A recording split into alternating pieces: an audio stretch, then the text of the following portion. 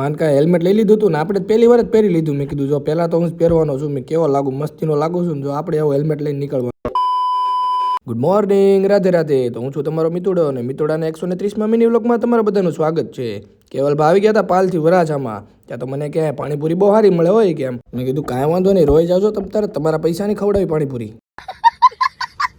ત્યાં તો હેલ્મેટ લઈને પહેરવા મળ્યો અને કરી નાખ્યો હેલ્મેટ ડન. મેં કીધું લાય પહેલાં, મેં કીધું સ્ટાર્ટિંગ તો હોત કરી. ત્યાં તો હેલ્મેટ મેં પહેરી લીધું પહેલાં માનકાની પહેલાં. મેં કીધું જો કેવો મસ્તીનો લાગુ છું ને. આમ જ આપણે જવાનું છે રાઇડિંગ ઉપર. જોવા રાખો તમે આગળના બ્લોગમાં, મજા આવશે. ત્યાં તો આવી જાય આપણે જમખનભાઈની ઓફિસે અને લીપ ખોલી લીપની અંદર આવી ગયા. મેં કીધું જો 2 મિનિટ આવી ગયા અંદર.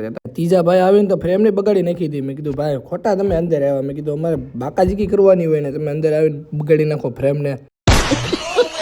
ફ્રીજવાળા પાણીવાળા થાય તે લગી ગોળાનું પીધું હતું ને હવે ફ્રીજનું પાણી પીવાવાળા થાય. આવી જતા આપણે જયભાઈની ઓફિસે ને ત્યાં કંઈક આવા ચીતડા ફીતડા કર્યા હતા. તો આપણે મેપ ખોલવો પડ્યો હતો. મેપના રસ્તેથી જવાનું હતું કેમ કે આપણે જે રસ્તો જોયો હતો એ રસ્તે તો ટ્રાફિક જ હતી નકરી. તો બીજો આપણે માનકાની વાહે મેં કીધું હાલ જવા દે હવે. અચ્છા ભાઈ તો જો એની ધૂનમાં મસ્ત બેઠા હતા પાણી પીનો, પણ કોઈનું કઈ ટેન્શન જ નહોતું. આપણે ઘડીક એની બાજુમાં બેસી જાય. મેં કીધું એની ધૂન સાંભળવી આપણે ઘડીક. ઓ અલગ લેવલ કા બંદા હતા. ત્યાંથી આપણે રોંગમાં નીકળી ગયા ઘર બાજુ જવા માટે કેમ કે આપણી સાઈડનો રસ્તો બંધ હતો ને તો હું પુલ હરખો કરતા હતા એટલે. અને કાંઈ ને હારો હાલો મળ્યા ન વ્લોગમાં અને લાઈક કોમેન્ટ કરવાનું ભૂલતા નહીં પાછા કલે જાઓ.